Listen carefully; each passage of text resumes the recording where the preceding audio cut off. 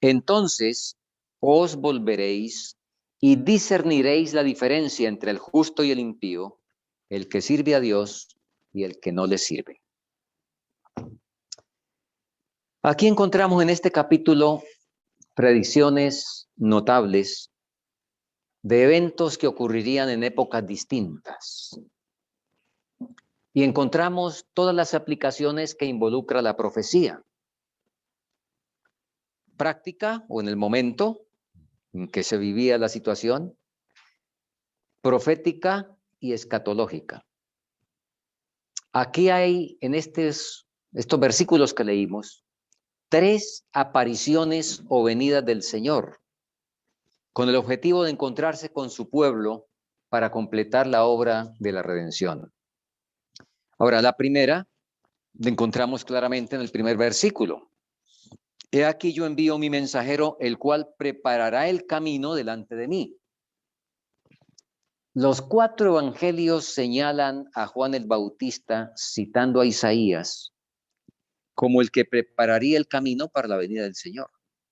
Así de que aquí hay una alusión a ese primer Elías, digo mejor, a ese segundo Elías, a Juan el Bautista, en la primera aparición de nuestro Salvador.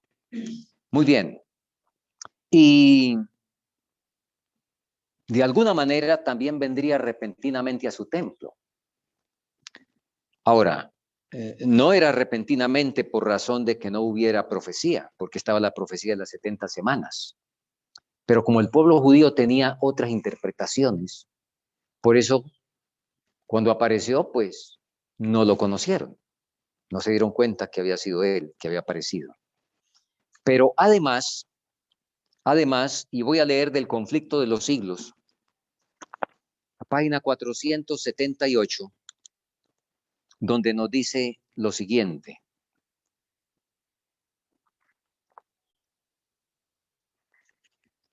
Además de la venida del Señor a su templo, Malaquías predice también su segundo advenimiento, su venida para la ejecución del juicio en estas palabras. Y yo me acercaré a vosotros para juicio. Bueno, aquí está hablando de, además de la venida del Señor a su templo, no de la primera que comenté. Entonces, la primera, cuando Él vino por primera vez. Ahora, además de la otra que también menciona, en la cual nos vamos a detener, nos dice que Malaquías predice también el segundo advenimiento y cita los versículos que leímos del 3 en adelante, del 4, el 5, donde dice, vendré a vosotros a juicio y seré veloz testigo contra los hechiceros, contra los adúlteros, etc. Eso se refiere, dice aquí, al segundo advenimiento. Entonces, ahora, no nos interesa en este tema, o mejor no va a ser nuestra, por supuesto nos interesa, pero no es nuestro punto focal ni la primera ni la segunda venida en su advenimiento al mundo, sino la venida de la cual de manera específica nos dice lo siguiente.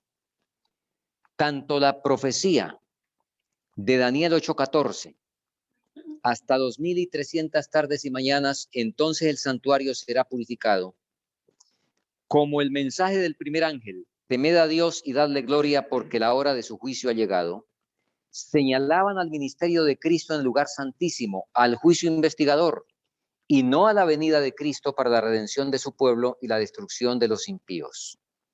Cristo había venido no a la tierra como ellos lo esperaban, sino como estaba simbolizado en el símbolo, al lugar santísimo del templo de Dios en el cielo.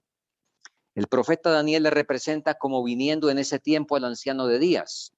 Estaba mirando en visiones de la noche y aquí que sobre las nubes del cielo venía uno parecido a un hijo de hombre y vino, no a la tierra, sino al anciano de días y le trajeron delante de él.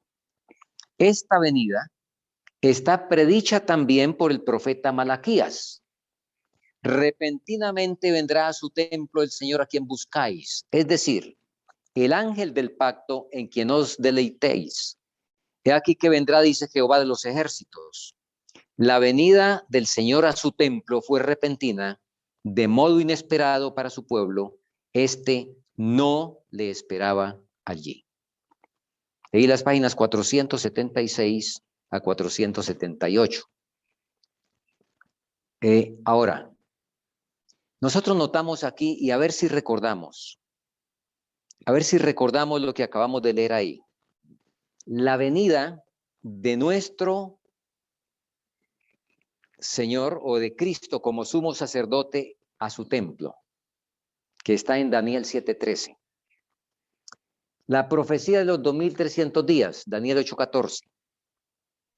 El mensaje del primer ángel, temed a Dios y dadle gloria. Señalaban al ministerio de Cristo, leímos, en el lugar santísimo, al juicio investigador. Y luego nos dice que esta venida está profetizada también por Malaquías en el texto que acabamos de leer. Entonces, ¿cuántas van? 4. Muy bien. Pero leamos otra cita en el mismo conflicto de los siglos, en la página 479. Escuchen. Ahora hace gran parte de la lista que ya hicimos, pero vamos a ver qué otro elemento adiciona. La venida de Cristo como nuestro sumo sacerdote al lugar santísimo para la purificación del santuario, de la que se habla en Daniel 8:14. La venida del Hijo del Hombre al lugar donde esté el anciano de días, tal como está presentada en Daniel 7:13. La venida del Señor a su templo, predicha por Malaquías, son descripciones del mismo acontecimiento, representado también por la venida del esposo a las bodas, descrita por Cristo en la parábola de las 10 vírgenes. ¿Cuántas alusiones hay al mismo acontecimiento en las listas que hemos leído? Acabamos de leer 4, pero ahí falta una que habíamos leído en la cita anterior. ¿Recuerdan cuál? Bueno, repasémoslas. Daniel 8:14, Daniel 7, Malaquías 3, la parábola de las 10 vírgenes y falta una, el mensaje del primer ángel. 5 alusiones al mismo acontecimiento. ¿Eso qué quiere decir? ¿Cuántas veces tiene que decir Dios una cosa para que sea básica, importante? Una sola. ¿Y por qué aquí, como nos dice el libro de Hebreos? Muchas veces y de muchas maneras. Se ve el afán del Señor que entendamos lo mejor posible este asunto del acontecimiento que está en ello involucrado. Muy bien. Por supuesto, sé que esto es un repaso para todos nosotros como adventistas. Nosotros sabemos que este evento ocurrió el 22 de octubre de 1844, martes. Y de acuerdo a la profecía de Malaquías, el afinador se sentaría para afinar y limpiar la plata. Comparto algunas traducciones que nos amplían el cuadro de esta figura. Se sentará para afinar y limpiar la plata. Se sentará para fundir y purgar. Fundir y purgar. Figuras enérgicas, ¿no? Se pondrá a fundir y depurar la plata. Son algunas de las traducciones para indicar la obra. Ahora, ¿por qué la plata? En la Biblia, ¿cuál es el metal más valioso? Y que también lo es dentro de los metales, ¿verdad? No estamos descontando las piedras preciosas, hablando de los metales, el oro. Pero en este versículo hace un énfasis es en la purificación de la plata, aunque también menciona el oro una vez.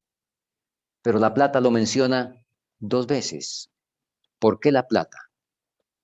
Muy bien, ya vamos a repasarlo juntos, pero voy a leer algo que está en la Review and Herald del 17 de marzo de 1912, hablando de esto de purificar y de resplandecer. Los cristianos son joyas de Cristo. Existen para resplandecer brillantemente por Él, prodigando públicamente la luz de su belleza. Su esplendor depende del pulimento que reciben. Pueden elegir ser bruñidos o permanecer sin serlo. Pero todo aquel que es declarado digno de un lugar en el templo del Señor tiene que someterse al proceso refinador. Sin el pulimento que el Señor da, no pueden reflejar más luz que la que da un guijarro común. Cristo le dice al hombre, tú eres mío, yo te adquirí, ahora eres solamente una piedra tosca, pero si te colocas en mis manos te puliré y el brillo con que resplandecerás traerá honor a mi nombre. Nadie te arrebatará de mi mano, te haré mi peculiar tesoro. En el día de mi coronación serás una joya en mi corona de júbilo. Qué extraordinario eso, ¿verdad? Y nosotros sabemos que el obrero divino gasta poco tiempo, o mejor, ningún tiempo en material inútil. ¿Qué es lo que él pule?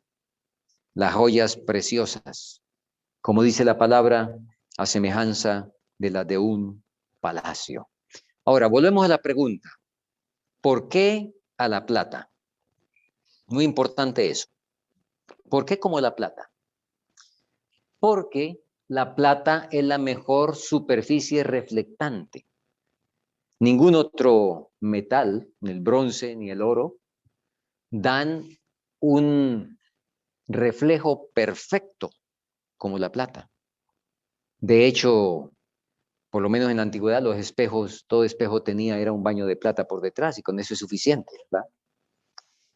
Y en el proceso de refinación de plata, ustedes saben que se sentaba el refinador en esos hornos que no pues tienen las tecnologías modernas, esos hornos antiguos, y de cuando en cuando el refinador abría la puerta para mirar a ver si la plata ya tenía punto. ¿Cuándo era que la plata ya tenía punto en la refinación? Cuando él se podía ver perfectamente allá dentro del horno. Es el proceso, es el proceso. Ahora, hermanos, nosotros estamos aquí. Yo no sé qué experiencias se hayan tenido durante esta semana, los que están escuchando, pero dentro de tantas situaciones, muy difícilmente, quizá hayamos pasado una semana sin que alguien haya tenido una prueba para ver cómo está la refinación y a ver cómo está nuestra respuesta, qué es lo que realmente tenemos por dentro, por así decirlo, cómo es la reserva cristiana frente a las situaciones que cada día serán más exigentes en el mundo en el cual nos desenvolvemos. Y que esas persecuciones, por ejemplo, si hablamos de persecuciones, pues las persecuciones empiezan de una manera más suave, sencillamente con alguna burla, con algún sarcasmo, con algún comentario negativo, en fin, pero sin más que eso, ¿verdad? Bueno, el Señor sabe cómo llevar un proceso porque sabemos que no vamos a tener eso nomás en el futuro. Sabemos bien qué es lo que nos espera. Ahora, permítame que repasemos juntos en esto de las pruebas y esto del proceso de purificación. No sé cuántos de nosotros estemos, hermanos, como Job antes de la prueba. ¿Y de cuántos de nosotros se pueda decir lo que se dijo de Job? Está ya en el capítulo 1, ¿verdad? En el primer versículo empieza diciendo, hubo en la tierra de Uz un varón perfecto y recto, temeroso de Dios y apartado del mal. Y luego de eso Dios mismo dice, cuando le dice a Satanás, ¿no has considerado a mi siervo Job? Necesitaba de todas maneras un pulimento. Esa joya preciosa necesitaba un pulimento. Y empieza un pulimento. Un pulimento impresionante. Y cuando un servidor recuerda la experiencia de Job, la asocia con lo que Jesús dijo de quien construye sobre la roca. Porque el que construye sobre la roca, ¿qué pasa? Descendió lluvias, creció el río, soplaron vientos, dieron con ímpetu a la casa y ¿qué pasó? No pasó nada, se mantuvo firme. Bueno, allá en Job, en el capítulo 1, encontramos, y a mí me gusta pensar en función, como ya dije, de Mateo capítulo 7, en cuestión de todos esos embates de la naturaleza como están ejemplificados. En Job 1, y leyendo, por ejemplo, los versículos 13 en adelante para ver todo ese proceso de prueba, aconteció un día que sus hijos e hijas estaban bebiendo y comiendo en casa de su hermano el primogénito. Vino un mensajero a Job y le dijo, estaba arando los bueyes y las asnas paciendo cerca de ellos, y acometieron los sabeos y tomaron a filo de espada a los criados y mataron a los criados a filo de espada. Tomaron pues los animales, ¿verdad? Solamente escapé yo para traerte la noticia. Empiezan las lluvias. Versículo 16. Crece el río. Aún estaba hablando y vino otro que dijo, fuego de Dios cayó del cielo que quemó las ovejas y los criados y los consumió. Solamente escapé yo para traerte la noticia. Versículo 17. Se desencadena el viento. Todavía estaba hablando y vino otro que dijo, los caldeos hicieron 3 escuadrones y dieron sobre los camellos y los tomaron y mataron a los criados a filo de espada. Solamente escapé yo para traerte la noticia. Es de noche. Bueno, de hecho, hace 15 días vengo de un sitio donde de noche vino inundación. En un poblado subió más de 1 metro en las casas. No había ni luz, ni teléfono, ni internet. No había nada. Y en esa creciente, me cuentan los hermanos, en oscuridad, y para dónde se iban, y todo inundado, y peligrosísimo porque en esas crecientes vienen muchas culebras y muchos animales que pues fueron arrastrados y entonces vienen también a agarrarse de lo primero que encuentren. Tremendo. Es de noche. Crece el río, viene la inundación, soplan los vientos. ¿Cuál es la respuesta? Eliud, de una manera, de alguna forma equivocada, pero dijo una gran verdad. Dios da cánticos en la noche. Y Job canta frente a las lluvias, dice, desnudo salí del vientre, desnudo volveré allá. Cuando el río sube, la temperatura del horno se hace más densa, los hijos han muerto, Job canta a medianoche y dice, aunque me mate a mí también, en él esperaré. Siguen los vientos, llegan los vientos, el tiesto no basta para rascarse en su angustia, pero entonces sigue cantando en la noche diciendo,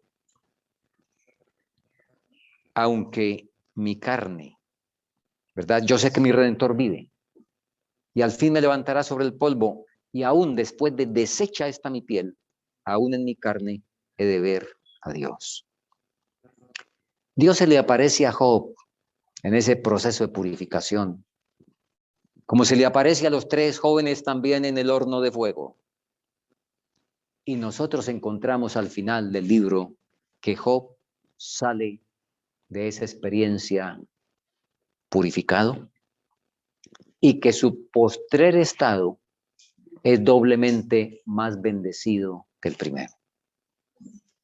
Cuando nos sometemos al proceso a que es sometida la plata, entonces cuando nuestros semejantes se vean, van a ver el rostro de Cristo y comprenderán cuán sucios son. Y entonces, o se motivarán a la limpieza o se retirarán. Comparto el hermana Huay en el comentario bíblico adventista, tomo 7, que dice lo siguiente: el Maestro sabe dónde necesitamos ser purificados para su reino celestial. No quiere dejarnos en el horno hasta que hayamos sido consumidos del todo. Como un refinador y purificador de plata contempla a sus hijos y observa el proceso de purificación hasta que perciba su imagen reflejada en nosotros. Entonces, llevando la joya hasta la luz, el Maestro ve en ella un reflejo de sí mismo y la declara digna de ocupar un lugar en su corte. Y exclama ella en la Review and Herald 7 de marzo de 1912, bendita sea la experiencia, aunque severa, que da nuevo valor a la piedra, haciéndola brillar con resplandor viviente. Muy bien. Bueno, hagamos otras consideraciones, porque hemos comentado algunos asuntos de la refinación, ¿no? Las pruebas, las luchas, las cuestiones que se nos ponen realmente en examen, ya sea en el hogar, con los vecinos, con hermanos, de pronto en la congregación, en cualquier lugar donde nos desenvolvemos, donde podemos ver de pronto algo que hay adentro de nosotros y que pues el Señor está en ese proceso porque considera como joya preciosa todo aquel que realmente le ha recibido. Ahora, nuestro pasaje nos dice, y tengan la bondad de revisar ahí en Malaquías, ¿quiénes son los que son refinados? Aquellos a quienes se somete al proceso de purificación. ¿Quiénes son? ¿Ah? A ver, ¿lo estamos viendo? En el versículo 3. En el versículo 3, ¿a quién es que refina? ¿Por qué no a los hijos de Israel? Leví es una tribu, Israel son 12. Pero muy interesante que aquí se nos habla de los hijos de Elí, de Leví. Los hijos de Elí, por supuesto, no. Los hijos de Leví. ¿Por qué no todo Israel? ¿De dónde viene esta figura?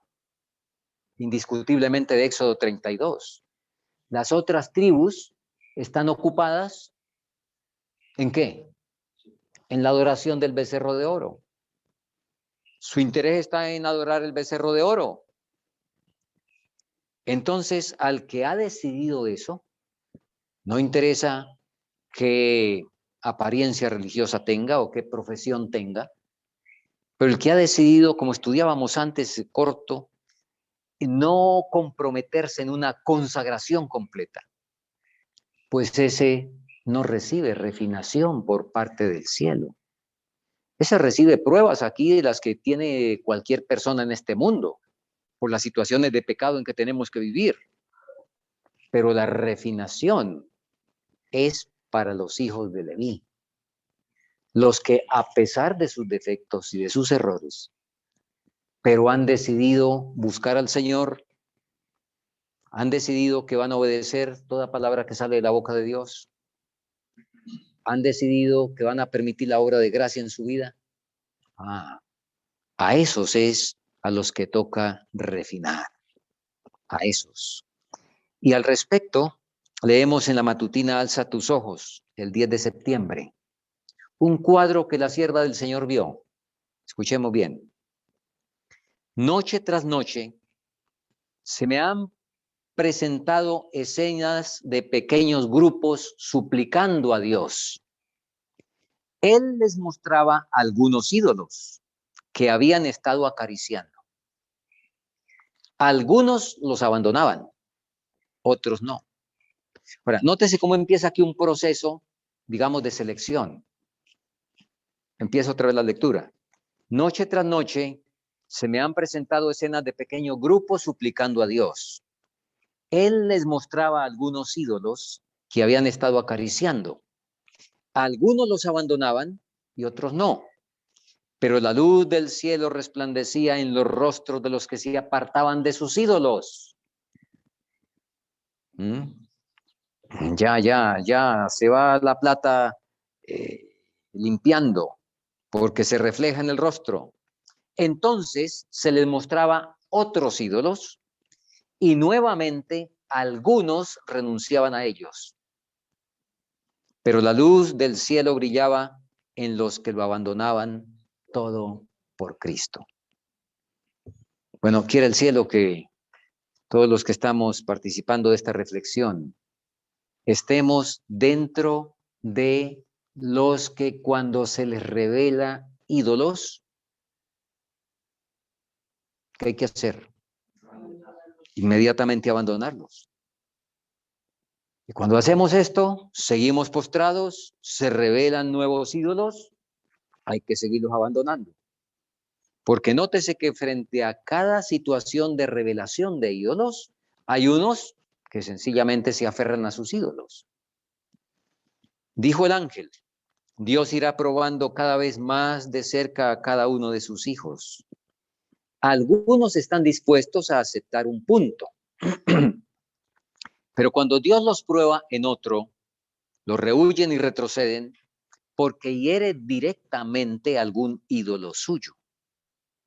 Así tienen oportunidad de ver lo que hay en el corazón que los aísla de Jesús. Hay algo que aprecian más que la verdad y su corazón no está preparado para recibir a Jesús. Los individuos son probados durante cierto tiempo para ver si quieren sacrificar sus ídolos y escuchar el consejo del testigo fiel.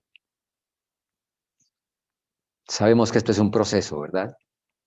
Porque ¿cuál es el punto a alcanzar? ¿A dónde es que hay que llegar? Bueno, cuando se vea perfectamente reflejado, ¿verdad? ¿Y eso quién es? Bueno, en la Biblia es claro, y usemos dos pasajes que conocemos muy bien. Filipenses 2:5, ¿recuerdan? Haya pues en vosotros este ¿qué? Sentir, que hubo también en quién. Bueno, unas traducciones dicen esta mismamente, igual, pero destaquemos para efectos de nuestra comprensión, destaquemos aquí la palabra sentir, dado que pues somos muy proclives nosotros a los sentimientos, entonces, ok, muy bien, claro que sí, los sentimientos Dios los creó, ¿verdad? Sí, por supuesto que no el sentimentalismo, en el cual el pecado degeneró los sentimientos, pero haya pues en vosotros este sentir que hubo en Cristo Jesús. Y en 2 de Corintios 2:16 nos habla de la mente de Cristo. Y uso estos dos pasajes porque ustedes saben que la hermana White dice que pensamientos, mente, y sentimientos combinados que forman el carácter moral. Los que resisten en cada punto. Hoy de los testimonios tomo 1, página 66.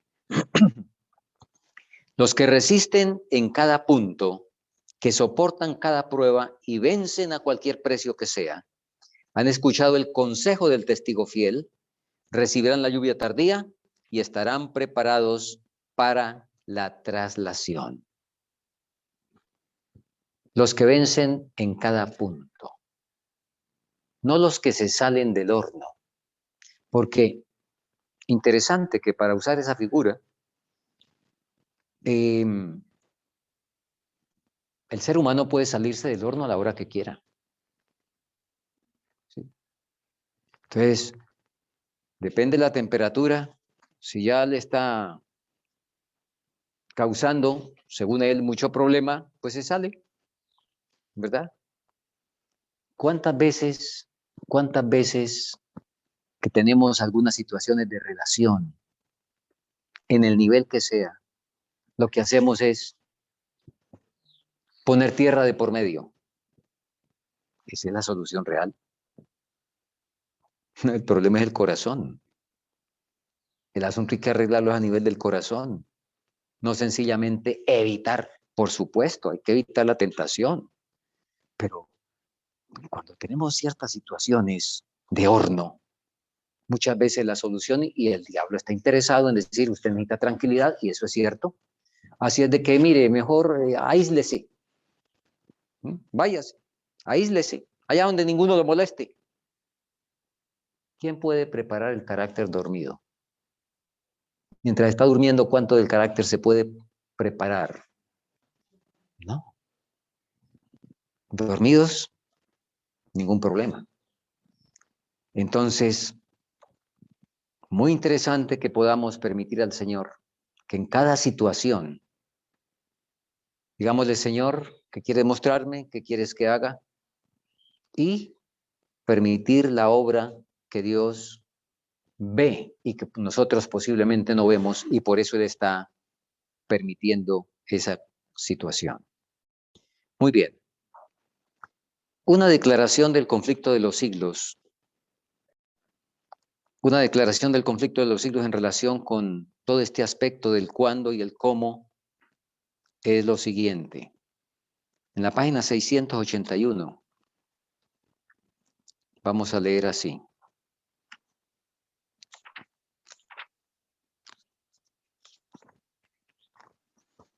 Ahora, mientras que nuestro gran sumo sacerdote está haciendo propiciación por nosotros, debemos tratar de llegar a la perfección en Cristo.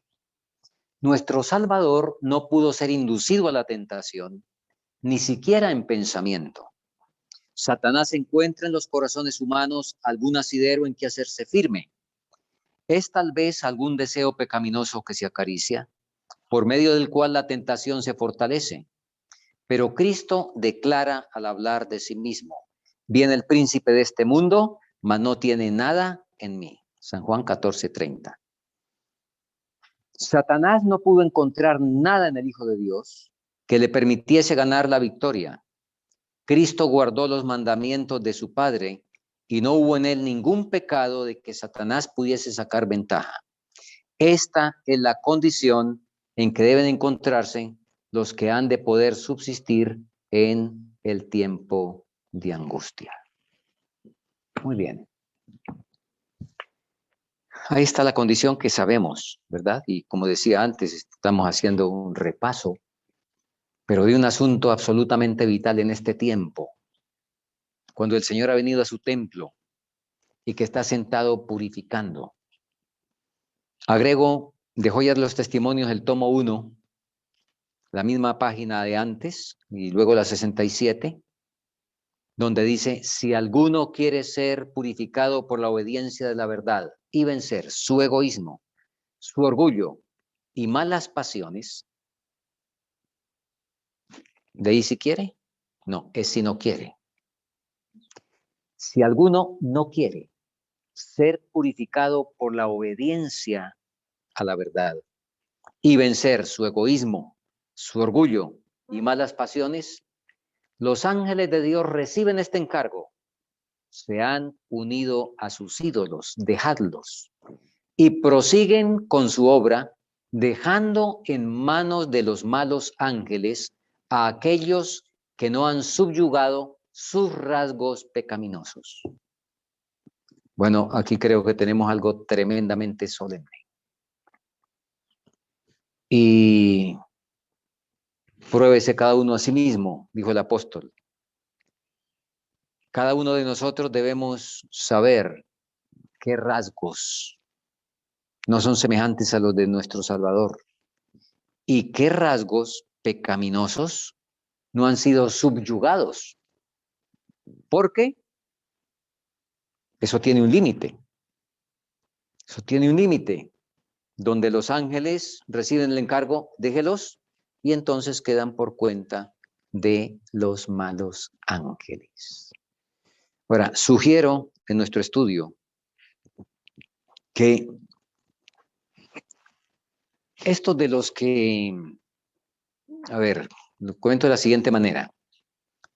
De los que acabamos de leer aquí, que se aferran a sus ídolos, déjeme comentar, de acuerdo a la cita que leíamos antes, de los grupos que vio orando y se le revelaba algunos ídolos y algunos los dejaban y otros no. Entonces, déjeme comentar que esta purificación, como dijimos antes, ocurre con la tribu de Leví. ¿Sí? Y que esos que se aferran, lamentablemente, también son de la gente de la tribu de Leví cuando se les muestra algún asunto y que no quieren avanzar. Que inicialmente, pues, quisieron y se involucraron, ¿verdad? Entonces, Los que no respondieron ante el mostrarle cada ídolo, pues finalmente terminan lo mismo que los de Aser, los de Zabulón, los de Neftalí y todo lo demás. Ahora, quiero plantearles lo siguiente, hermanos. Hay cosas de las cuales Pablo dijo, ni se nombre entre vosotros. Hablando de las cosas escandalosas que pues traen una tragedia, asesinatos, ¿verdad? Secuestros, adulterios, en fin, cosas visibles, escandalosas. Pablo dijo, eso ni se nombre entre vosotros. ¿En qué es que somos probados los que, si estamos queriendo involucrarnos entre los hijos de Leví, entonces no somos probados con esas cosas malas, sino creo que somos probados es, no como dice primera de Juan 3:4, sino como dice Santiago 4, el pecado está en aquel que sabe hacer ¿qué? Lo bueno y no lo hace. Entonces, el trigo es probado no por cosas malas que hace, sino por dejar de hacer las buenas. Es probado en la bondad, en el servicio, en la mansedumbre, en la paciencia, en la fe, en la abnegación. En eso es que es probado el trigo. Ese es el proceso para los prudentes, para las vírgenes prudentes. Es el proceso para la prueba de las ovejas. Esas pruebas no son, si permito, uso la figura bíblica, para las cabras o para la cizaña, ¿verdad? Entonces está describiendo, creo, este asunto a los hijos de Leví que se retiraron cuando empezó el horno. Tuvieron también la misma situación que decíamos antes de las otras tribus. Ahora, el cielo espera que nosotros subamos, por supuesto, a mayores alturas. Y ustedes recuerdan, por ejemplo, el caso del mensajero que aquí se dice inicialmente, ese primero, el mensajero que prepararía el camino. Ustedes recuerdan que de manera muy especial la hermana Huay destaca una cualidad de Juan el Bautista. Y Jesús la coloca en un contexto de una virtud que el cielo especialmente considera como valiosa. Ustedes recuerdan que cuando vinieron los discípulos de Juan a decirle a Juan, mire Rabí, el que usted bautizó, ahora muchos vienen a él. Y vienen más que los que vienen acá, van más a él. ¿Qué les dijo Juan? A él conviene crecer y a mí qué. Y cuando Jesús, en ese contexto, Jesús dijo que había sido el mayor nacido de mujer. Y la hermana Huay dice lo siguiente, mirando por fe al Redentor del mundo, Juan se elevó a la altura de la abnegación. Esas son las alturas. La palabra tiene unas alturas que nosotros debemos estar escalando esas alturas. Clama a mí, nos dice el profeta Jeremías. Clama a mí, yo te responderé y te enseñaré qué. Cosas qué. Grandes y ocultas. ¿Cuáles son esas cosas grandes y ocultas que tú no conoces? No son los cuásares y por allá todas esas maravillas del macrocosmos, ¿verdad? Cosas grandes y ocultas que no conocemos, la humildad, la abnegación, el Espíritu de Cristo, el permanecer tranquilo en medio ya sea de los ataques, ya sea de los aplausos o de las censuras. Esas son cosas grandes y ocultas. Y yo te subiré a las alturas, nos dice Isaías, y te daré a comer de heredad de Jacob tu padre. Eso debería ser nuestra gran preocupación. Bueno, hermanos, vamos quizá terminando, pero quiero que hagamos mención a la gente que aceptó este proceso de refinación. Leamos versículo 16 al 18 de Malaquías otra vez. Entonces los que temían a Jehová hablaron cada uno a su compañero. Y Jehová escuchó y oyó, y fue escrito libro de memoria delante de él, para los que temen a Jehová y para los que piensan en su nombre. Tremendo esto. ¿De qué hablarían? El versículo nos da la idea de qué hablaban esos que temen o temían a Jehová. Si nos dice cuál era el tema de conversación, sería el fútbol, sería el reinado de belleza, sería sencillamente cómo conseguir más dinero, sería superación personal, o ¿cuál sería, qué era lo que les preocupaba?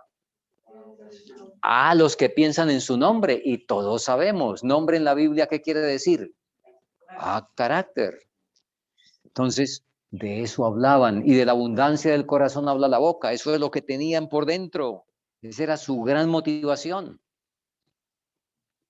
Y el Señor le gustó lo que escuchó, nos dice el texto. Le encantó eso. Y dijo, hay que escribir lo que esta gente está hablando. Y nos dice que oyó y fue escrito libro de memoria delante de él para esa gente. Y luego nos dice que esa gente entonces será su especial tesoro. Hermanos, el Señor nos ayude y podamos realmente causar que nuestro nombre pueda ser escrito en esa dimensión que nos dice el versículo que acabamos de leer. Y muy especialmente,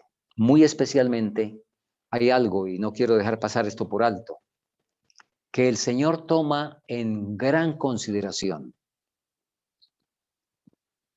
El Salmo 56:8 nos dice algo impresionante. David dijo, mis huidas has contado, pon mis lágrimas en tu redoma. ¿No están todas escritas en tu libro? Qué interesante. Mis huidas has contado, pon mis lágrimas en tu redoma. ¿No están escritas en tu libro? Quiere decir, y aquí pregunto, ¿qué es más significativo? ¿Qué tiene más contenido? Hablando físicamente, para usted, ¿qué tiene más contenido? ¿El cabello de una persona o un cabello suyo o una lágrima? Si al otro se le cae un pelo, usted, ¿qué hace eso en usted? Pero si lo ve que llora, ay, el contenido de un cabello comparado con el de una lágrima, pues casi que diríamos que se hunde en la insignificancia.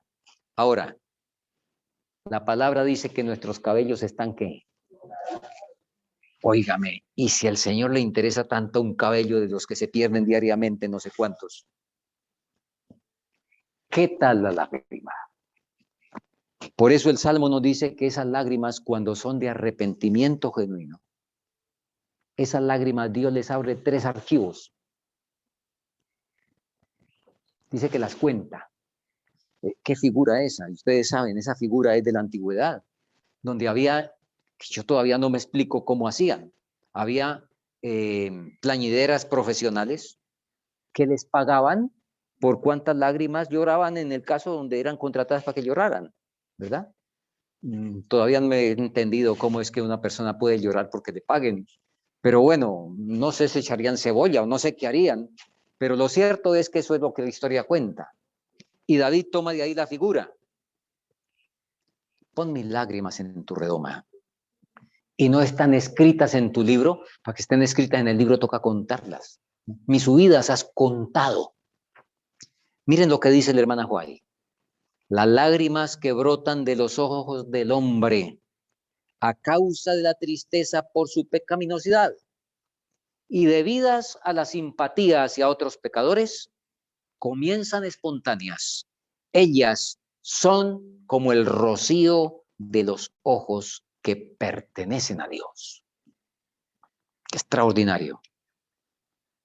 Cuando permitimos al cielo ser movidos, y aún si llegamos a las lágrimas como debería ser, entonces esas lágrimas de arrepentimiento a causa de la pecaminosidad, esas lágrimas también cuando simpatizamos con otros, son como el rocío de los ojos que pertenecen a Dios.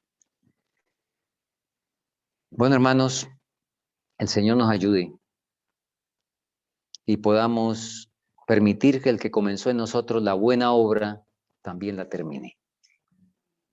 Porque creo que el Señor ha empezado en nosotros una buena obra. Espero que así sea, por supuesto. Pero por supuesto que falta mucho, y lo dice un servidor en condición personal. Falta mucho para que el Señor termine conmigo.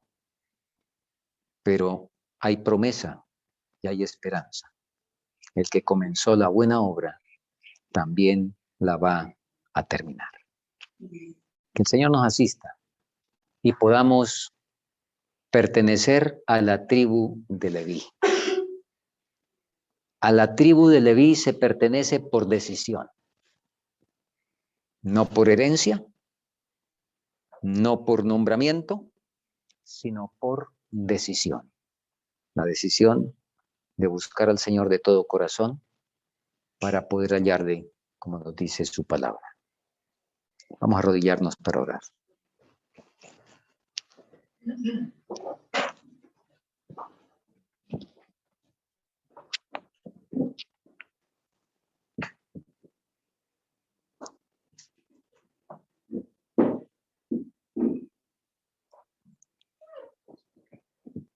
Nuestro Dios y Padre, cuánto agradecemos la venida de nuestro gran sumo sacerdote al templo, su obra de purificación, la refinación que quiere hacer de la plata. Ayúdanos para decidir